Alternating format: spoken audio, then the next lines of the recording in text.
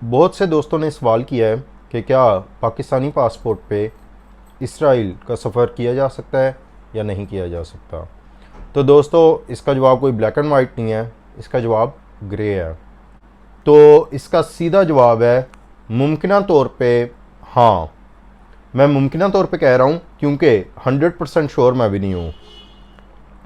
इसका बेहतरीन तरीका ये है कि इसराइल का वीज़ा एडवांस में अप्लाई किया जाए।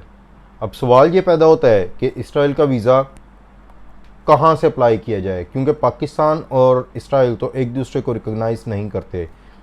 पाकिस्तान में इसराइली एम्बेसी नहीं है, इसलिए आपको किसी तीसरे मुल्क में जाके जहाँ पे इसराइली एम्बेसी हो वहाँ पे जाके इसराइली वीज़ा के लिए अप्लाई करना होगा, और हो सकता है कि उसमें हफ़्ता या 2 हफ्ते लग जाएं। अगर आपको वीज़ा मिल जाता है तो उसके बाद आप इसराइल जा सकते हैं। मैं स्ट्रॉन्गली सजेस्ट करूँगा कि आप यही करें। माजी में ये होता था कि लोगों को एडवाइस दी जाती थी कि आप उर्दन चले जाएं या तुर्की चले जाएं, वहाँ पे इसराइली एम्बेसीज़ हैं, वहाँ पे आप वीज़ा अप्लाई करें।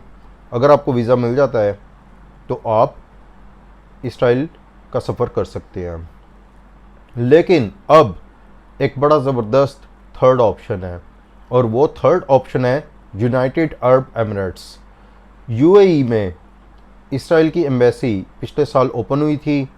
इसराइली एम्बेसी अबू धाबी में है। तो अगर आप पाकिस्तानी हैं, आपके पास पाकिस्तानी पासपोर्ट है, आप पहले यूएई जाएं और यूएई में जो इसराइली एम्बेसी की वेबसाइट है उसको ओपन करें। वहाँ पे आपको 3 स्टेप्स करने हैं। मैं अभी लैपटॉप पे वो तीनों स्टेप्स आपको करके दिखाऊंगा। सबसे पहला स्टेप ये है कि वीज़ा एप्लीकेशन फॉर्म डाउनलोड करें। वो सादा सा फॉर्म है 3 सफ़ों का, उसको फिल कर लें। उसमें आपकी बेसिक इन्फॉर्मेशन है। उसके बाद एक लिस्ट ऑफ डॉक्यूमेंट्स है। उस लिस्ट ऑफ डॉक्यूमेंट्स में आपकी बैंक स्टेटमेंट, सैलरी स्लिप्स और दीगर इन्फॉर्मेशन उन्होंने मांगी हुई है। वो लिस्ट ऑफ डॉक्यूमेंट्स में आपने तमाम डॉक्यूमेंट्स इकट्ठे करने हैं। अगर आपके पास कोई डॉक्यूमेंट नहीं है तो कवरिंग लेटर में उसको एक्सप्लेन कर दें।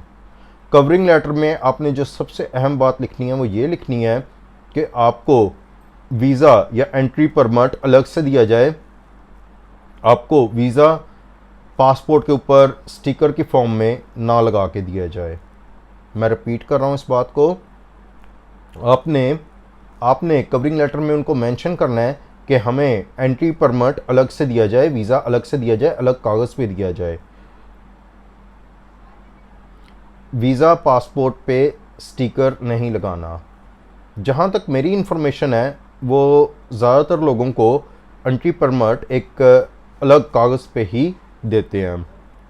प्रॉब्लम ये है कि अगर आप पाकिस्तानी पासपोर्ट पे इसराइल का सफ़र करके आए हैं तो आपके पासपोर्ट पे ना उनका वीज़ा होना चाहिए और ना उनकी स्टैम्प्स होनी चाहिए। तो मैं इंटरनेट पे रिसर्च कर रहा था और मेरा अपना एक्सपीरियंस भी यही है कि इसराइल 95% केसेस में टूरिस्ट वीज़ा पे आने वालों के पासपोर्ट्स को स्टैम्प नहीं करता। वो हमारे पासपोर्ट की बात नहीं है, किसी भी मुल्क का पासपोर्ट हो, चाहे वो अमेरिकन हो, चाहे वो यूरोपियन पासपोर्ट हो, इसराइली इमिग्रेशन अथॉरिटीज़ 95% पासपोर्ट्स को स्टैम्प नहीं करती। उसकी वजह यह है कि कई मुस्लिम ममालिक ऐसे हैं जो कि अमेरिकन या यूरोपियन पासपोर्ट पे भी अगर इसराइली स्टैम्प देखेंगे तो वो एंट्री डिनाई कर देते हैं, एंट्री से मना कर देते हैं। तो इसलिए इसराइली इमिग्रेशन अथॉरिटीज़ ने तमाम विजिटर्स के लिए ये कर दिया कि वो उनके पासपोर्ट्स को स्टैम्प करते ही नहीं हैं। उन्होंने वो सिलसिला ही ख़त्म कर दिया है। उसकी बजाय वो अलग कागज़ पे एंट्री परमिट देते हैं। उसी एंट्री परमिट पे आपका एंट्री का रिकॉर्ड वो रख लेते हैं, उसी एंट्री परमिट से आपका एग्ज़िट का रिकॉर्ड वो रख लेते हैं। अब मैं ब्रिटिश पासपोर्ट पे इसराइल जा चुका हूँ। जब मैं वहाँ पे गया था उन्होंने मुझे एक नीले रंग का एंट्री परमिट दिया था, और जब मैं वहाँ से वापस आ रहा था तो उन्होंने मुझे एक पिंक कलर का एग्ज़िट परमिट दिया था। और तो वो मेरी जो एंट्री और एग्ज़िट थी वो उन अलग कागज़ के टुकड़ों पे थी। मेरे ब्रिटिश पासपोर्ट को उन्होंने स्टैम्प नहीं किया था। तो दोस्तों, अगर आप अपने पाकिस्तानी पासपोर्ट पे इसराइली वीज़ा अप्लाई करते हैं तो वो आपका पासपोर्ट सिर्फ़ और सिर्फ आईडी के पर्पज़ के लिए इस्तेमाल करेंगे। आप उनसे रिक्वेस्ट करेंगे मुझे अलग से वीज़ा दे दें, तो वो अलग से आपको कागज़ पे एंट्री परमिट दे देंगे। उसी एंट्री परमिट पे आपकी एंट्री होगी और वहीं से आपकी एग्ज़िट होगी। आपके पासपोर्ट के ऊपर कोई ऐसी इंडिकेशन नहीं होगी कि जिससे पता लगे कि आपने इसराइल का सफ़र किया है। तो जब ये इंडिकेशन ही नहीं होगी तो आपके लिए फिर प्रॉब्लम भी नहीं होगी। अगर आप पाकिस्तान वापस आते हैं तो आपके पासपोर्ट के ऊपर कोई ऐसी इंडिकेशन नहीं है कि आपने इसराइल का सफ़र किया है, तो उससे आप प्रॉब्लम्स को अवॉइड कर सकेंगे। तो चलें दोस्तों, अब मैं आपको लैपटॉप पे इसराइली एम्बेसी इन यूएई की वेबसाइट ओपन करके दिखाता हूँ, उनका मैं फॉर्म आपको दिखाता हूँ और लिस्ट ऑफ रिक्वायर्ड डॉक्यूमेंट्स दिखाता हूँ। आपने फॉर्म फिल करना है, उसको प्रिंट करना है, साइन करना है, उसके अलावा जो लिस्ट ऑफ डॉक्यूमेंट्स है वो पूरी करनी है। उसके बाद आपने उसको इसराइली वीज़ा एप्लीकेशन सेंटर में ले जाके सबमिट कर देना है। उसमें हफ्ते 2 हफ्ते का प्रोसेसिंग टाइम होगा और उसके बाद आपके सामने आ जाएगा कि आपको वीज़ा मिला है या नहीं मिला। अच्छा जी, इसराइली एम्बेसी इन यूएई, सबसे पहले हम यूएई का ट्राई करते हैं। मैंने आज दिन के वक्त इसको ट्राई किया था तो उस वक्त ओपन हो गया था, लेकिन अभी मैं कर रहा था तो थोड़ी सी प्रॉब्लम आ रही थी वेबसाइट पे। हम पहले यूएई में ट्राई करते हैं, उसके बाद फिर बाकी मुल्कों में ट्राई कर लेंगे। अच्छा जी, इसराइल यूएई वीज़ा एग्जाम्पशन, लेकिन ये जो है ये इसराइली और इमाराती पासपोर्ट होल्डर्स के लिए है वीज़ा एग्जाम्पशन। कोई गल नहीं जी, साढ़े कोलों भी काला पासपोर्ट है, काला ब्रिटिश पासपोर्ट, सानू भी एग्जाम्पशन है दोनों जगह पे। इसराइल में भी एग्जाम्पशन है, यूएई में भी एग्जाम्पशन है। चलें जी, वो तो ठीक है। ये ऑप्शन आ रहा है अप्लाई फॉर अ वीज़ा। हाँ, ये देखें, मैं ऊपर वाले ऑप्शन पे पहले जा रहा था तो वहां से तो वो काम नहीं कर रहा था, लेकिन अगर आप नीचे आए, ये कौंसलर सर्विसेज लिखा हुआ है, तो यहाँ पे हम जाते हैं वीज़ा एप्लीकेशन पे। वीज़ा एप्लीकेशन पे हम जाते हैं और जाके देखते हैं कि भाई इनका क्या प्रोसीजर है। अच्छा, यहाँ पे हम जाएंगे वीज़ा एप्लीकेशन फॉर्म। वाह जी वाह, इंडियंस का इन्होंने अलग से सेक्शन बनाया हुआ है और बाकी सारी नेशनैलिटीज़ उनका अलग है। ठीक है जी, क्या बात है। असल में बात यह है कि ये इसराइल की एम्बेसी है यूएई में, और यूएई में सबसे ज़्यादा आबादी इंडियंस की है। गालिबन यूएई की आबादी का 37-38% इंडियंस हैं, इसलिए इनका इंडियंस का अलग से आया हुआ है। बहरहाल जी, हम अदर्स में जाते हैं क्योंकि हम हैं ही अदर्स में। हमने ये प्रोसीजर देखना है कि पाकिस्तानी पासपोर्ट पे कैसे अप्लाई किया जाए। अच्छा जी, लिस्ट ऑफ डॉक्यूमेंट्स हैं वो हम चेक कर लेंगे और हम फॉर्म भी फिल कर लेंगे।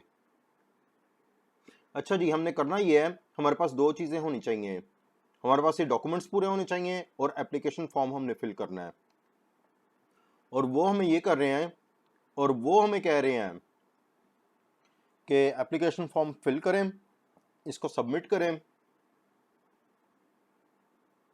तो एक ऑटो जनरेटेड रेफरेंस नंबर आएगा, उसको नोट कर लें,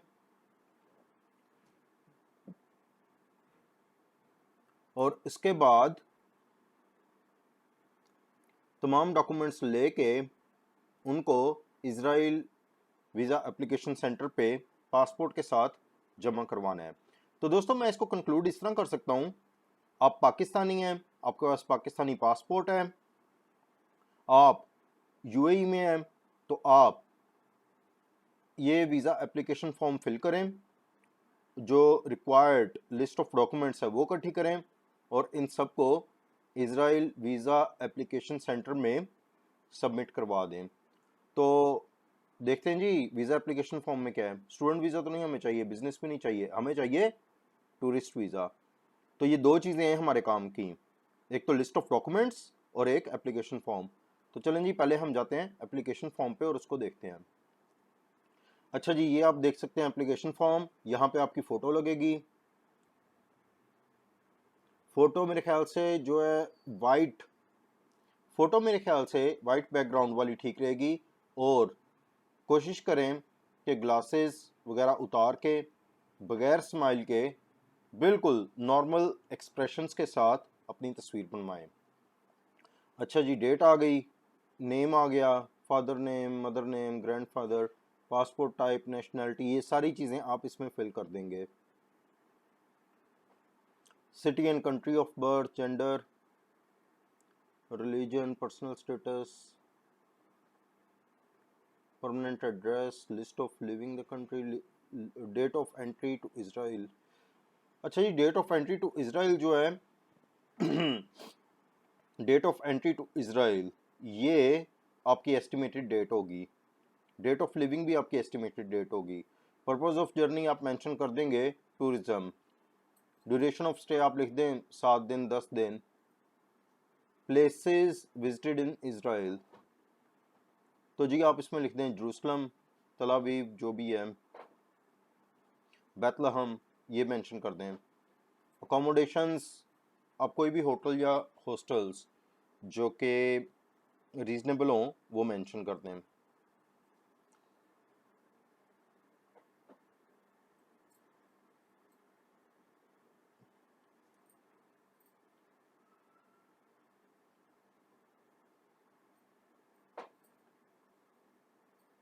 अच्छा जी, आगे देखते हैं कोई ऐसा क्वेश्चन जो कि ट्रिकी हो। ये फ़ोन नंबर्स मांग रहे हैं, मोबाइल नंबर्स मांग रहे हैं, ईमेल एड्रेस,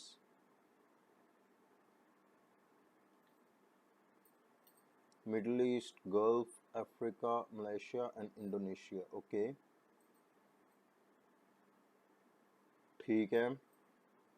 बहन भाइयों की डिटेल ये पूछ रहे हैं। अगर कोई रिश्तेदार इसराइल में है उनके बारे में ये पूछ रहे हैं। और बस ये इनका एप्लीकेशन फॉर्म है, छोटा सा एप्लीकेशन फॉर्म है, बहुत ज़्यादा लंबा एप्लीकेशन फॉर्म ये नहीं है। बस ये सिंपल सा एप्लीकेशन फॉर्म है। अब मैं जाता हूँ और जाके देखता हूँ कि लिस्ट ऑफ डॉक्यूमेंट्स क्या हैं। जी तो ये देखें, ये है जी list of documents for tourist visa.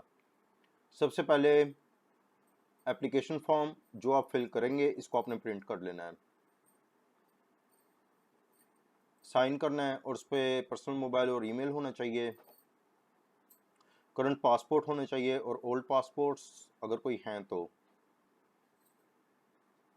अच्छा जी, पासपोर्ट हो गए, फोटोग्राफ्स हो गई, साइज उन्होंने मेंशन किया हुआ है। In case of divorce, child custody और अ लेटर। अगर आप अकेले ट्रैवल कर रहे हैं तो मेरे ख्याल से फिर इसकी ज़रूरत नहीं है, इवन अगर आपकी डाइवोर्स हुई भी पड़ी है तो। अच्छा जी, इंश्योरेंस, इंश्योरेंस हम ऑनलाइन अप्लाई कर सकते हैं। इंश्योरेंस विद कोविड-19 कवर्ड, चेक करते हैं जल्दी से। ट्रैवल इंश्योरेंस विद कोविड-19 कवर फॉर इसराइल। अच्छा, आपको ये भी बताऊं कि ट्रैवल इंश्योरेंस कंपनीज इसराइल को यूरोप में कंसिडर करती हैं। मैं ये नहीं कह रहा कि वो उसको एक्चुअली यूरोप में कंसिडर करती हैं, लेकिन वो रिस्क वाइज और प्राइसेस वाइज इसराइल को यूरोप के कंट्रीज के इक्वलेंट ट्रीट करती हैं। चलें जी देखते हैं हम।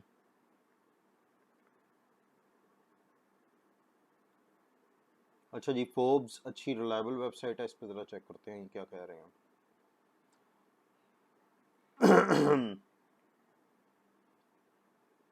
अच्छा जी, मैं ऐसे ही डाल देता हूँ इसमें डाटा।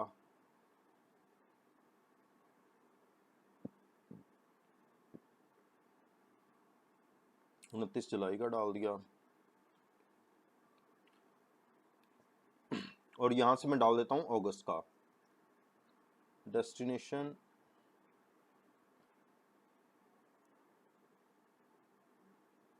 इसराइल, तो देखते हैं ये हमें क्या दिखाता है।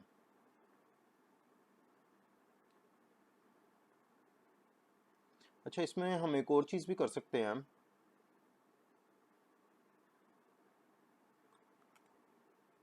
यहाँ पे मैं लिख दूँ यूएई, अब देखते हैं क्या आ रहा है।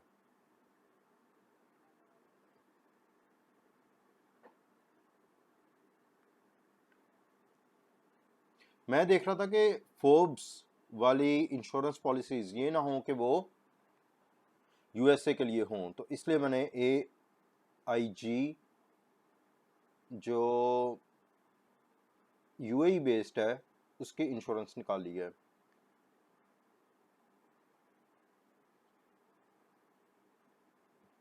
अच्छा जी, ये जो सिल्वर प्लान है इसको मैं चेक कर लेता हूँ। अच्छा जी, सिंगल ट्रिप हमने करना है, इंडिविजुअल, डेस्टिनेशन कंट्री इसराइल, एक बंदा। ठीक है जी, तो मैं AIG एमिरेट्स की वेबसाइट पे हूँ। सिंगल ट्रिप, इंडिविजुअल, इसराइल, एक अडल्ट है, और हम इसको कर लेते हैं, एक मिनट, 21 जुलाई की मैं डेट डाल रहा हूँ और मैं 10 दिन की देख लेता हूँ, 10-12 दिन की कर लेता हूँ, मैक्सिमम 2 वीक्स। अच्छा, ये प्रमोशन कोड हमारे पास नहीं है, देखते हैं क्या आता है। देखते हैं कि ट्रैवल इंश्योरेंस की कितनी कॉस्ट है बता रहा है। यार ये महंगी है भाई, 242 AED। ये 242 AED कितने होते हैं? AED 242 टू ग्रेट ब्रिटेन, नहीं PKR कर लेते हैं, 13,000 रुपए की। यार ये महंगी है इंश्योरेंस। बहरहाल जी, इस तरह से हमने, ये मैंने एक मिसाल दी है, इस तरह से देख के, थोड़ा गूगल करके, थोड़ा रिसर्च करके हम एक इकोनॉमिकल ट्रैवल इंश्योरेंस बाय कर सकते हैं। ये वैसे है कितने दिन की ये वाली? अच्छा जी, छोड़ें पड़े। बहरहाल मैंने आपको एक आइडिया दे दिया कि ट्रैवल इंश्योरेंस कैसे करवानी है। अच्छा जी, और क्या चाहिए इसके लिए? अच्छा जी, इंश्योरेंस हो गई, उसके बाद वैक्सीन सर्टिफिकेट हो गया।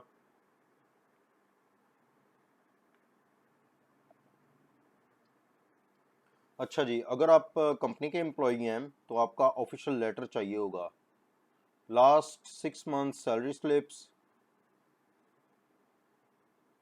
और अगर आप कंपनी को ओन करते हैं, अगर आप कंपनी के मालिक हैं तो ये उसका रजिस्ट्रेशन सर्टिफिकेट मांग रहे हैं। यार ये चीज़ें जो है ना, ये बड़ी लंबी चौड़ी इन्होंने लिस्ट दे दी है, लेकिन मसला ये है कि पाकिस्तानी पासपोर्ट पे किसी भी मुल्क का आप वीज़ा अप्लाई करें, आप इवन जॉर्डन का भी वीज़ा अप्लाई करें तो वो ये चीज़ें तो मांगेंगे। तो ब्रिटिश पासपोर्ट होने का ये फ़ायदा है, कोई चरान नहीं, सीधा पासपोर्ट लो और पहुंच जाओ जिस कंट्री में भी पहुंचना है, कुछ भी नहीं होता इनमें से। अच्छा जी, ये लास्ट 6 मंथ्स की बैंक स्टेटमेंट भी मांग रहे हैं। कॉपी ऑफ फैमिली बुक, पता नहीं ये फैमिली बुक से इनकी क्या मुराद है। मेरे पास आई डोंट थिंक ये एप्लीकेबल होगी। Home contract, what do they mean by home contract? I think ये घर का कॉन्ट्रैक्ट कह रहे हैं। अगर आपके पास है तो लगा दें, अगर नहीं है तो एक्सप्लेन कर दें कि जी घर का कॉन्ट्रैक्ट मेरे नाम पे नहीं है और मैं दोस्तों वगैरह के साथ रहता हूँ या फैमिली के साथ रहता हूँ, जो भी है। वाटर एंड इलेक्ट्रिसिटी बिल्स अगर हैं तो लगा दें, नहीं है तो एक्सप्लेन कर दें एक कवरिंग लेटर में। आइसोलेशन फॉर्म भी चेक कर लीजिएगा। Flight booking and hotel booking, hotel booking तो बिल्कुल आसान है। Hotel booking hotel booking refundable basis पे हो जाती है। अगर कोई नेशनल आइडेंटिटी कार्ड है और एमिरेट्स आईडी कार्ड है तो वो भी आपको साथ लगाना होगा। तो जी ये जो है ये सारे डॉक्यूमेंट्स हैं जो कि टूरिस्ट वीज़ा के लिए चाहिए। तो ये हमने इसका प्रोसीजर देख लिया है। ये हमने जो प्रोसीजर देखा है ये Israeli embassy in United Arab Emirates का है। इसराइली इमिग्रेशन अथॉरिटीज़ के टूरिस्ट वीज़ा पे आने वालों से दो कंसर्न होते हैं। एक तो उनको ये है कि भाई जो आने वाला बंदा है वो टूरिस्ट ही हो, वो सिक्योरिटी थ्रेट ना हो। तो मुस्लिम्स कहीं के भी हों, चाहे उनके अपने इसराइली अरब मुस्लिम्स क्यों ना हो, या हम पाकिस्तानी हों या फिर टर्किश हों या कोई भी हों, मैंने देखा है कि मुस्लिम नेम वालों को वो ज़्यादा उनकी, मैंने ये देखा है कि मुस्लिम नेम्स वालों की वो ज़्यादा बैकग्राउंड पे तफ्तीश वगैरह करते हैं। तो इसराइली इमिग्रेशन अथॉरिटीज़ के मैं आपको बता रहा था कि दो कंसर्न है। एक तो ये कि बंदा वहाँ पे सिक्योरिटी रिस्क ना हो। उनका दूसरा कंसर्न ये है कि टूरिस्ट वीज़ा पे आने वाला टूरिस्ट ही हो, वो इकोनॉमिक इमिग्रेंट ना बने। इसराइल एक एक्सपेंसिव कंट्री है और वहाँ पे वेजेस भी ज़्यादा हैं, चाहे वो और जॉब्स ही क्यों ना हो, और जॉब्स की भी वेजेस ज़्यादा हैं। तो बहुत सारे अफ्रीकी ममालिक के लोग वहाँ पे लीगल तरीके से या इलीगल तरीके से जाते हैं और उनकी कोशिश ये होती है कि वहाँ पे जाके जो भी उनको जॉब्स मिलती हैं वो जॉब्स वो जाके करें और पैसे कमाएं। इसराइल की स्टेट पॉलिसी ये है कि वो टूरिज़्म को प्रमोट करना चाहते हैं। वो ये कहते हैं कि हम लिबरल, ओपन और सेकुलर माइंड के लोग हैं जो कि अपने मुल्क में टूरिस्ट को वेलकम करते हैं। उनकी टूरिस्ट पॉलिसी बहुत कामयाब है, क्योंकि मैंने तो देखा है जहाज़ों के जहाज़ आते हैं और वहाँ पे आके उतरते हैं, तो टूरिस्ट उस कंट्री में बहुत आता है। तो मैं ये चेक कर रहा था, एक ऐसे ही मेरे जहन में ख्याल आया कि मैं सीरियंस का चेक करूं। फॉर एग्ज़ाम्पल मैंने गूगल पे चेक किया कि if I am Syrian national can I visit Israel, तो उसका भी उन्होंने यही लिखा। तो इसराइल वालों ने ये नहीं लिखा हुआ था कि अगर आप सीरियन नेशनल हैं तो आप इसराइल विज़िट नहीं कर सकते। वहाँ पे ये लिखा हुआ था कि आपको किसी तीसरे मुल्क जाके वहाँ से इसराइल का वीज़ा अप्लाई करना होगा। और बात यह है कि सीरिया और शाम की जितनी दुश्मनी रही है उतनी तो किसी और मुल्क की भी नहीं रही। जंगें हुई हैं, उसमें इसराइल एक तरफ होता था, उर्दन, लेबनान, मिस्र और शाम ये दूसरी तरफ होते थे। इनमें से जो मिस्र है उसने तो इसराइल के साथ सफारती ताल्लुकात बना लिए। उर्दन के तो निस्बतन दोस्ताना ताल्लुकात हैं इसराइल के साथ। शाम के सफारती ताल्लुकात इसराइल के साथ नहीं हैं और शाम की बाकायदा माजी में दुश्मनी रही है। अब तो वो दुश्मनी भी ठंडी पड़ गई है, लेकिन बात यह है कि उन्होंने सीरियंस को भी मना नहीं किया कि हम उनको नहीं आने देंगे। वो उनकी इसराइल वाले, अगर कोई सीरियन इसराइल का वीज़ा अप्लाई करते हैं तो वो उसके सारे चेक्स वगैरह चेक करेंगे और उसके बाद अगर वो पास होता है तो वो उसको वीज़ा दे देंगे। सीरियंस के साथ उनकी दुश्मनी रही है, हमारे साथ तो उनका कोई लेना देना ही नहीं है। वो हम कहाँ हैं, वो कहाँ हैं, वो चौथे मोहल्ले में हैं और डायरेक्ट हमारी कोई आपस में कोई इतनी दुश्मनी या मुखालफत भी नहीं है। ज़बानी जमा खर्च की बात और है। तो ये सारी बातें हैं।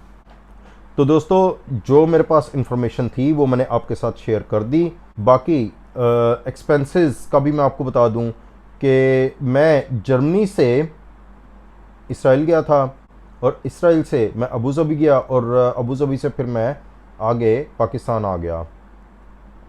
तो मेरा टोटल ख़र्चा हुआ है पाकिस्तानी रुपयों में 4 लाख रुपए। इसमें अभी जो मुझे फ़्लाइट्स वगैरह मिली थी वो निस्बतन महंगी मिली थी। आपको एक टाइम का जो खाना वहाँ पे मिलता है वो कम से कम भी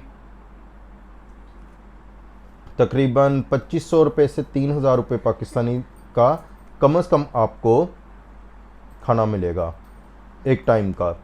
और इसके अलावा एक दिन की जो रहाइश है हॉस्टल वगैरह में, वो मैं देख रहा था कम से कम 5000 से 7000 रुपया एक रात का हॉस्टल का बेड। हॉस्टल का एक बेड एक रात का किराया 5000 से 7000 रुपये तक है। जो पैलेस्टीनियन टेरिटरी है, फॉर एग्ज़ाम्पल बैतलहम वगैरह, वो निस्बतन थोड़े सस्ते हैं, लेकिन जेरूसलम, तल अवीव ये महंगे एरियाज़ में से हैं। अच्छा जी, अब सवाल ये पैदा होता है कि अगर आप पाकिस्तानी पासपोर्ट पे इसराइल जाते हैं तो प्रॉब्लम क्या है? प्रॉब्लम होने के चांस मेरे ख्याल से 1% to 5% हैं।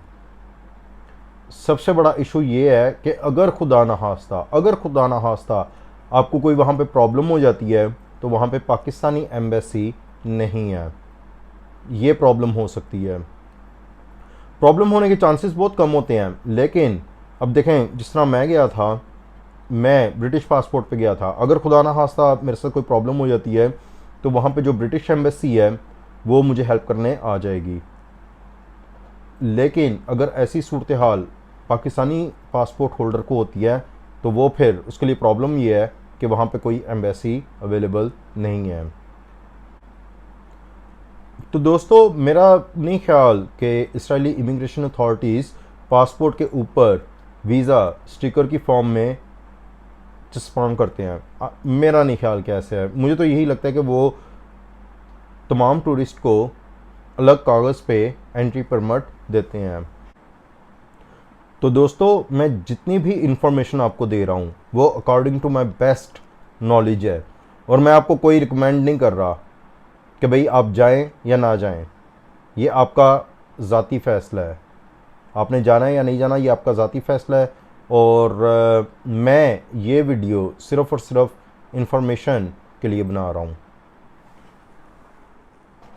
तो दोस्तों बात ही है कि अगर आपको इसराइल का वीज़ा मिल जाता है और आप वहाँ पे चले भी जाते हैं, तो वहाँ पे जाके कोशिश कीजिएगा कि जो सियासी मामलात है ना वो लोगों के साथ डिस्कस ना करें। ये जो है ना ये ट्रबल में डालने वाली बात है। तो कोशिश करें कि सोचें ज़्यादा, देखें ज़्यादा, ऑब्ज़र्व ज़्यादा करें और बोलें थोड़ा। मैं इसराइल गया था, मैं फ़र्स्ट टाइम गया था, तो जब भी ज्यूज़ वगैरह के साथ मेरा इंटरेक्शन होता था, बातचीत होती थी, तो मैं बिल्कुल ज़रूरत की बात करता था। मैं ज़्यादा उनको ऑब्ज़र्व करता था।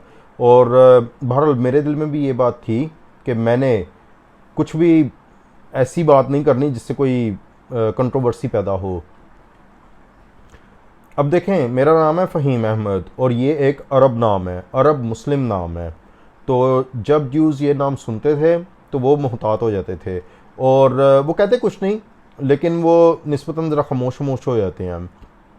ये चीज़ मैंने ऑब्ज़र्व किया है। हॉस्टल्स वगैरह में मैं रहता था, हॉस्टल ज़ाहिर बात है मैं उनका कस्टमर हूँ, तो मैंने ये चीज़ देखी कि वो बड़े फ्रेंडली होते हैं, but that's part of their business. दूसरी तरफ मैं जब गोलान हाइट्स के ट्रिप पे गया, हमारे साथ वो बूढ़ा यहूदी हमारा गाइड था, तो मैंने देखा था कि वो थोड़ा सा मेरे साथ खामोश था। हो सकता है कि ये मेरा वहम हो, लेकिन बहरहाल ये चीज़ मैंने ऑब्ज़र्व की। भाई मैं टूरिस्ट था, मैंने आराम से अपना टूर किया है, ना मैंने उनके लिए कोई मुश्किल खड़ी की है, ना मैंने अपने लिए मुश्किल खड़ी की है। तो बहुत से दोस्त जो फेसबुक पे ये बात कहते हैं कि जी वो हमारे बारे में, ज्यूज़ पाकिस्तानियों के बारे में कैसा सोचते हैं, तो भाई सीधी सी बात है, मैंने किसी के साथ ऐसी डिस्कशन की ही नहीं, ना मुझे करने की ज़रूरत है, ना मुझे ज़्यादा बताने की ज़रूरत है कि जी मैं पाकिस्तान से हूँ। मैंने अपनी एक वीडियो में मेंशन किया था, एक दफ़ा मुझसे गलती हुई थी। वो एक शॉपिंग मॉल था, उसके बाहर एक यहूदी गार्ड बैठा हुआ था, बुढ़ा। मैंने गलती से उसको बता दिया कि मैं पाकिस्तान से। उसने आगे से लंबी तकरीर कर दी थी कि जी पाकिस्तानी जो हैं वो इंडिया के साथ लड़ते रहते हैं, ये है वो है, और पाकिस्तानी और उनकी गवर्नमेंट ज्यूज़ के ख़िलाफ़ है, हमसे भी नफ़रत करते हैं। तो उस टाइम मुझे सबक मिल गया था कि भाई इनके साथ बिल्कुल भी ये बातें डिस्कस ना ही करे बंदा तो अच्छा है। तो मेरी आपको भी यही सजेशन है। और उसके अलावा मैं आपको एक और बात बताऊं, मैंने जब टूर लेना था ना, तो उस वक्त मैं इंटरनेट पे रिसर्च कर रहा था। तो इंटरनेट पे जब मैं रिसर्च कर रहा था तो कुछ टूरिस्ट ने लिखा हुआ था कि जी फ़लान टूर कंपनी के साथ हमने टूर बुक किया, उसकी गाइड थी, और वो गाइड पैलेस्टीनियन मुस्लिम्स के बारे में उनके अगेंस्ट कमेंट्स वगैरह कर रही थी, और हमने उसको बहुत ज़्यादा टोका, लेकिन उसके बावजूद जो है वहाँ पे बदमज़गी पैदा हो गई थी। ये मैंने ट्रिप एडवाइज़र पे अमेरिकन टूरिस्ट थे उनका मैंने ये कमेंट पढ़ा था। मैं दोबारा बताऊँ, अमेरिकन टूरिस्ट ने ये कमेंट लिखा हुआ था कि हम इसराइल गए, हमने टूरिज़म कंपनी के साथ अपना टूर बुक किया, वो जो गाइड उन्होंने हमें दी वो मुसलमानों के बारे में मुतासबाना कमेंट्स कर रही थी। हमने इस बात पे उसके साथ बहस की और वहाँ पे बदमज़गी पैदा हुई। ये बात वहाँ पे हुई थी। तो दोस्तों मैंने इस किस्म की कोई सिचुएशन पैदा होने ही नहीं दी, और अगर आप जाते हैं तो मैं आपको भी यही कहूँगा कि इस किस्म की कोई सिचुएशन पैदा ना होने दें। दोस्तों मैं आपको बता चुका हूँ कि जब मैं इसराइल गया तो वहाँ पे एयरपोर्ट पे इमिग्रेशन का जो रवैया था मेरे साथ वो काफ़ी अच्छा था। मुझसे उन्होंने गिनती के 5-6 जेनेरिक सवाल पूछे, और उसके बाद वो मेरे पासपोर्ट्स ले गए। 3 घंटे तक मैं वहाँ पे बैठा रहा। आपने मेरे पिछले वीलॉग में देखा था, मैं बस वहाँ पे बैठ के लैपटॉप ऑन करके अपने गाने शाने सुनता रहा हूँ, और बीच में उन्होंने एक दफ़ा आके मुझसे पूछा है, और जब वो दूसरी दफ़ा आया है तो वो मेरे दोनों पासपोर्ट, ब्रिटिश और पाकिस्तानी पासपोर्ट्स लेके आया है, और साथ वो नीली स्लिप थी, और उसने कहा कि जी वेलकम टू इसराइल, और मैं आसानी से एंटर हो गया। तो कुछ दीगर वीलॉगर्स थे वो इसराइल गए, तो उनको 5-6 घंटे उन्होंने बिठाया और लंबे चौड़ी उनसे क्वेश्चनिंग की। तो मेरे साथ तो वो सिचुएशन नहीं हुई। और मैं इंटरनेट पे पढ़ रहा था, कुछ लोगों को वो 12-12 घंटे बिठाते हैं, लंबा चौड़ा इंटरव्यू करते हैं, और उसके बाद भी वो कहते हैं कि जी हम मुतमईन नहीं हैं, आप जाएं यहाँ से, डिपोर्ट कर देते हैं। 12-12 घंटा बिठाने के बाद, क्वेश्चनिंग करने के बाद वो डिपोर्ट कर देते हैं। तो मैं तो बहरहाल गया था, मैं हर किस्म की क्वेश्चनिंग के लिए भी तैयार था, और मैं कम से कम 4 घंटे का सोच के गया था कि फ़हीम साहब 4 घंटे कम से कम आपको लगेंगे, इससे ज़्यादा भी लग सकता है। लेकिन ऐसा कुछ नहीं हुआ था। तो मैं 3 घंटे में मुझे उन्होंने परमिट दे दिया था और मैं एयरपोर्ट से निकल गया था। तो दोस्तों एक्सपेंसेस की बात हो रही थी, तो as a rule of thumb वहाँ पे दिल्ली आपको कम से कम मरा सा मरा 50 से 60 अमेरिकी डॉलर डेली आपको चाहिए ही चाहिए। पाकिस्तानी रुपयों में आप अगर बात करें तो 10,000 रुपया डेली ये मिनिमम है, मिनिमम आपको वहाँ पे चाहिए। इसमें आपका हॉस्टल का बेड आएगा और आपका खाना वगैरह आएगा। तो दोस्तों इसराइली वीज़े से मुतल्लिक और वहाँ पे एक्सपेंसेस से मुतल्लिक ये सारी इन्फॉर्मेशन थी। सारी information according to my best knowledge मैं आपको प्रोवाइड कर रहा हूँ, उसमें किसी किस्म की रिकमेंडेशन नहीं है, ये सिर्फ़ और सिर्फ इन्फॉर्मेशन शेयरिंग के लिए मैं वीडियो बना रहा हूँ। बाकी आपने जाना है नहीं जाना वो सब आपके ऊपर है, इट्स योर डिसीजन। मज़ीद आपके कोई सवालात हों तो आप मुझसे बिल्कुल पूछें। तो दोस्तों इसी के साथ इजाज़त चाहूँगा, नेक्स्ट वीलॉग 1 या 2 दिन में मैं अपलोड करूँगा। Thank you.